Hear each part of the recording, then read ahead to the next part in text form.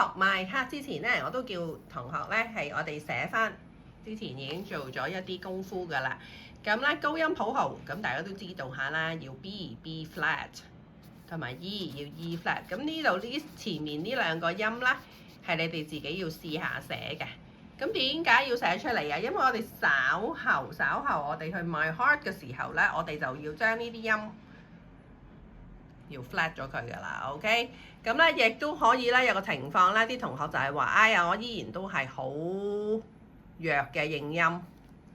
OK， 咁啦，我哋今次用咗紫色筆，用啲紫色筆去代表我哋嘅 B 係有意思㗎。OK， 學咗彩虹種嘅同學就會明㗎啦。咁呢個咧，我哋係 time，OK， 一個8度 ，OK， 近 middle C 嘅 B。好，跟住呢個都係需要 B flat 嘅。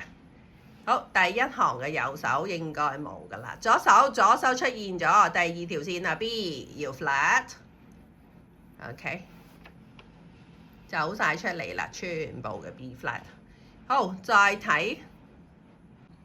好，準備定你哋支黃色嘅，我哋會用黃色去代表我哋嘅 E。好，跟住睇下先，第一行逐個揾啦，係啦 ，make sure 第一行最尾呢個需要 E flat。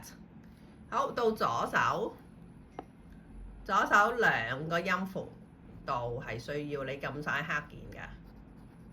咁如果當同學仔啦，若果你哋嗰個閱譜能力咧快咗嘅時候啦，我哋一望就會知道邊啲係黑鍵，同埋都可以用隻耳仔去判別下，而呢個音點解好似怪怪地嘅，怪怪地咁，你就要需要留意下究竟你哋嘅音係啱唔啱啦。